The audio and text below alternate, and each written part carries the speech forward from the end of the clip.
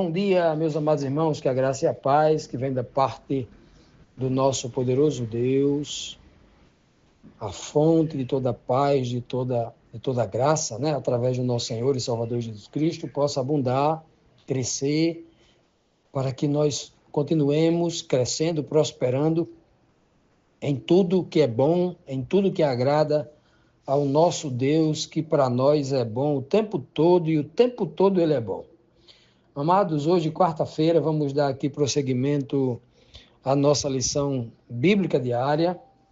Essa semana estamos estudando sobre o capítulo 10 aqui de Romanos, onde tem como título a lição A Fé de Moisés, né? E ontem, na quarta-feira, nós estudamos aqui duas perguntas, a pergunta 7 e 8, quando Paulo deixa bem claro, né, faz uma série de perguntas, né? Como é que as pessoas vão invocar Deus? Então, porque ele disse que todo aquele que invocar Deus, né, estando em Cristo, será salvo, né? Agora, como o povo vai invocar Deus se eles não crerem? E como é que eles vão crer se eles não ouvirem a palavra, né, para crer? E como é que eles vão ouvir a palavra se não há quem pregue, né?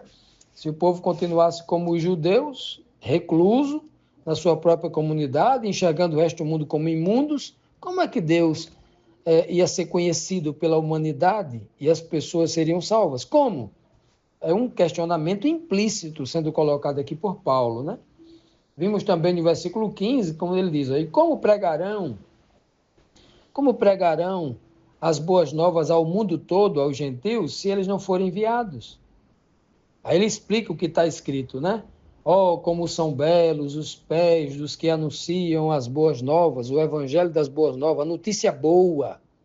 E a notícia boa é que o Senhor quer salvar todo mundo, indistintamente. Ele não coloca imposição quanto à raça, à etnia, à cor de pele, nada disso.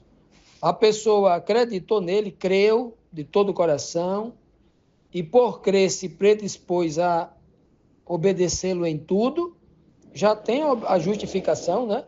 A justificação pela fé, pelo fato de crer, né? Olha que maravilha.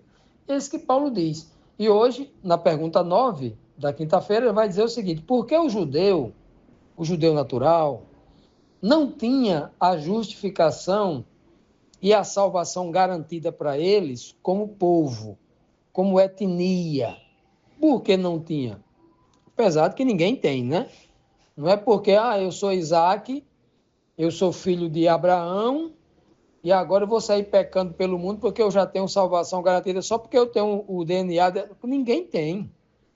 Se fosse assim, o Senhor não teria, obviamente, colocado também Ismael como filho da promessa, e não como um gentil que ficou contra o Senhor, entre aspas, né? Porque o Senhor continuou abençoando materialmente esse povo.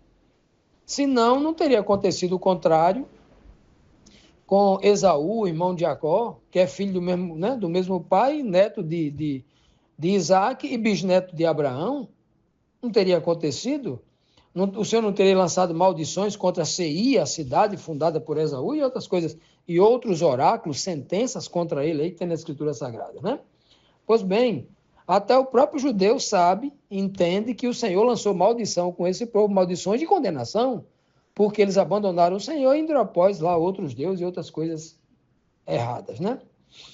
Também não generalizando, não dizendo que todos os filhos de Ismael e todos os filhos de Esaú estão condenados, não. O Senhor é quem vai decidir isso, porque ele é quem sonda os corações, né? Então ele diz aqui, no entanto, nem todos os israelitas aceitaram as boas novas. Pois Isaías diz: Senhor, quem creu em nossa mensagem? Em algumas versões da nossa Bíblia, a gente lê lá em Isaías 53, verso 1, né?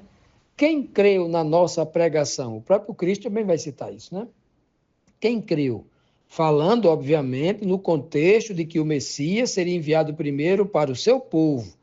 Foi enviado para os seus e os seus o rejeitaram, como disse Cristo, né? Aplicando diretamente Cristo, um judeu, Jesus, um judeu, foi enviado para os judeus e o seu próprio povo o rejeitou como Messias, né? Por quê? Porque não creu na pregação.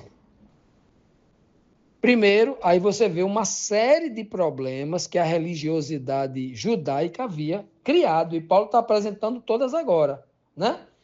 Paulo vai dizer assim, ó, como é que vocês vão invocar a Deus se vocês não creem? Não adianta vocês estão sacrificando, comemorando festa de Páscoa, festa de Lua Nova, comemorando isso aqui, festa de Yom Kippur, festa das cabanas, festa das trombetas, não sei o que mais lá, e tal, fazendo tudo isso aí, se vocês não creem, estão fazendo apenas por um ritual vazio, estão no automático, não estão na crença racional, não estão entendendo por que estão fazendo, não estão fazendo de coração, estão fazendo por obrigação, do que adianta? Vocês não estão crendo. Então não adianta. Como é que vocês vão invocar? Invocar o Deus de verdade e ele vai atender vocês se vocês não crerem. Quem garante que Deus vai atender você porque você... Não é porque você é judeu, você tem que crer para ele atender você. Né? E como é que vocês vão crer se ninguém falar para vocês? Não é para os judeus. E os judeus não creem porque ninguém falou? Não, Jesus falou, mas eles não creem em Cristo. E como é que eles vão dar ouvido se ninguém prega para eles? Porque Jesus pregou e eles impediram Cristo de pregar. Aí é complicado, né, para os judeus. Os judeus daquela época, do tempo de Cristo, do tempo de Paulo, né? É por isso que Paulo está dizendo aqui agora, no versículo 15, né? E como é que pregarão se eles não forem enviados, né? Como está escrito, né? Os pés daquele que anunciou o evangelho são belos, os pés de Cristo eram belos, os pés dos apóstolos eram belos, mas vocês rejeitaram eles e os apóstolos, né? Paulo está falando para os judeus da igreja em Roma, os cristãos que eram judeus da igreja em Roma, mostrando tudo isso. E hoje ele diz, né, na pergunta de hoje, ele responde dessa maneira aqui, ó. Eu digo para vocês que nem todos os israelitas aceitaram essas boas novas. Muita gente acreditou em Cristo. Muitos judeus acreditaram em Cristo, né? Pessoas comuns, assim, os mais simples que viram ali milagres, né?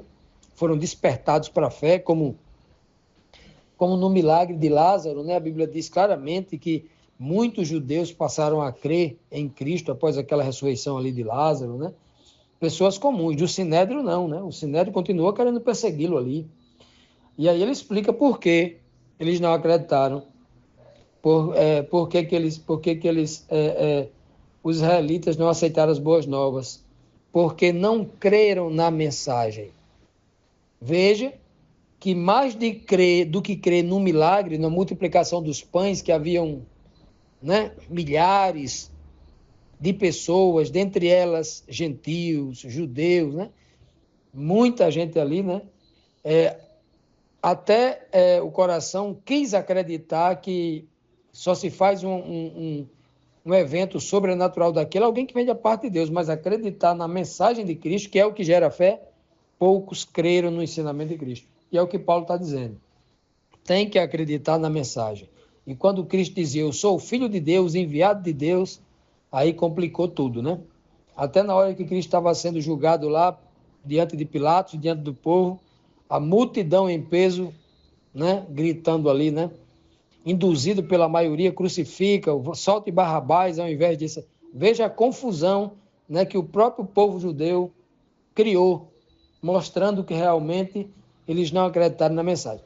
Alguns depois, né, pela unção aí do Santo Espírito nos apóstolos, começaram a crer. Era o caso lá da igreja em Roma, e Paulo aqui está mostrando para eles lá a dificuldade da religiosidade, que alguns estavam querendo voltar para lá. Continuando, amados, vamos agora para o verso 17, Romanos 10, 17, que vai responder aqui a pergunta 10. A pergunta 10 nos traz aqui o seguinte questionamento. Os judeus que rejeitaram as boas novas em Cristo tinham fé? Olha que pergunta. Os judeus que rejeitaram as boas novas pregadas por Jesus Cristo, rejeitaram a pregação de Cristo, rejeitaram os ensinamentos de Cristo, o evangelho que saiu da boca de Cristo, rejeitaram. Eles tinham fé? Olha o que Paulo diz em Romanos 10, 17. Consequentemente, a fé vem por ouvir a mensagem. E a mensagem é ouvida mediante a palavra de Cristo. Olha que coisa linda, a palavra de Cristo. Então veja aqui, meus amados irmãos, que é impossível que aqueles judeus que negaram, que não quiseram ouvir Cristo, que disseram que Cristo era um falso profeta, que disseram que Jesus Cristo tinha demônios, que disseram que Cristo era um servo de Beelzebul, que operava no poder e em nome de Beelzebul, e que Cristo era um falso profeta, que era um charlatão, que era isso, que era uma série de acusações. Essas pessoas não tinham fé. Eles tinham fé em quem? Ah, mas eles tinham fé? Tinham. Tinham fé na cadeira de Moisés, tinham fé no DNA deles, tinham fé na tradição, mas esse tipo de fé não salva ninguém. Esse tipo de fé não justifica ninguém. A pessoa do mundo tem fé? Tem. Todo mundo tem uma fé. Tem gente que acredita nele mesmo, tem gente que acredita no dinheiro, tem gente que acredita no seu médico, tem gente que acredita na sua influência política, tem gente que acredita na força do seu braço, tem gente que acredita na sua inteligência, mas nada disso justifica para a salvação eterna. Nada disso pode salvar o homem. Então, todo mundo tem fé. Agora, a pergunta é, eles tinham fé em Deus, fé em Cristo para a salvação? Não. O texto é claro. Porque se eles tivessem fé, segundo Paulo aqui, eles teriam aceitado a mensagem pregada por Cristo. Eles teriam sido justificados por esta fé, não é? Deixariam de ser religiosos legalistas, aceitariam a fé genuína, seriam justificados e agora, como justos, se tornariam de fato, né, e de verdade, não apenas candidatos ao reino dos céus, mas aqueles que estavam dentro da promessa, debaixo da graça, sendo preparados para o reino de Deus. Infelizmente, como diz Paulo aqui, eles não tiveram fé. A grande prova de que os judeus religiosos, e eu sempre falo muito da religiosidade, a religiosidade é o maior embaraço, é o maior obstáculo que nós temos hoje na Terra. É o último obstáculo para você conhecer a Cristo e é o maior de todos. Porque é muito mais fácil o homem abandonar o vício da prostituição, o vício das drogas, lícitas e ilícitas, e outros tantos vícios e maus hábitos que levam o homem ao pecado. Mas para se livrar da tal da religiosidade, pense num negócio difícil. É tão difícil que Jesus não conseguiu converter ninguém do Sinédrio, os religiosos radicais, os fariseus. É terrível. Cristo o tempo todo estava dando sentença de julgamento sobre eles. Cuidado com os fariseus. Cuidado com o fermento dos fariseus. Não aceite nada do que eles do seu testemunho. Algumas coisas que eles dizem que estão em harmonia com a Bíblia, vocês façam. Mas não façam o que eles fazem. Por que o que eles fazem? Porque eles dizem e não fazem. Não tem testemunho. A palavra não tem poder na vida dele, a palavra dele é uma farsa na boca deles. Né? Aquilo que eles estão pregando de forma superficial, porque está tudo preso à letra morta, vocês peguem isso como usem para vocês esse conhecimento para o âmbito espiritual e coloquem em prática na vida de vocês, mas o resto não presta. Então a religiosidade é algo terrível. É o pior de todos os obstáculos, é a maior ameaça à salvação do homem. Por quê? Porque o sujeito está todo errado dentro da igreja dele, acreditando numa doutrina mentirosa, né? Defendendo um homem, o pastor, o líder da igreja dele, defendendo a placa da igreja, acreditando que tem a verdade e atolado até o pescoço no erro, na mentira, na idolatria, na confusão doutrinária. Como é que ele vai ter a fé genuína se a doutrina que ele crê não está em harmonia com a Bíblia? Isso é o que tem hoje. Não é? Como é que ele não está em plena harmonia com a Bíblia? A maioria das igrejas estão pregando aí hoje uma vida aqui nesse planeta. É prosperidade, é vida mansa, é não ter problema, é viver feliz com todo mundo, não chamar o pecado à tona, o pecado pelo nome de ninguém, é viver bem com todo mundo, né? é bater palma para o político, é bater palma para o famoso que está envolvido com prostituição, é aceitar o pastor ladrão que está roubando a igreja e que está envolvido em prostituição. A igreja está perdida. Essa igreja é uma vergonha. Aí está. Por culpa de quem, a maioria? Dos membros que estão mantendo esse sistema.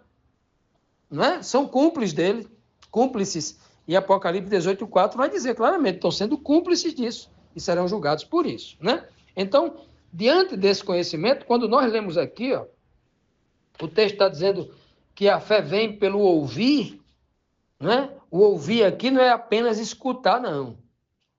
Os líderes fariseus que iam procurar Cristo, eles não diziam assim, Senhor, ensina aí para a gente aí o que é a verdade de Deus, que Deus mandou você dizer. Não.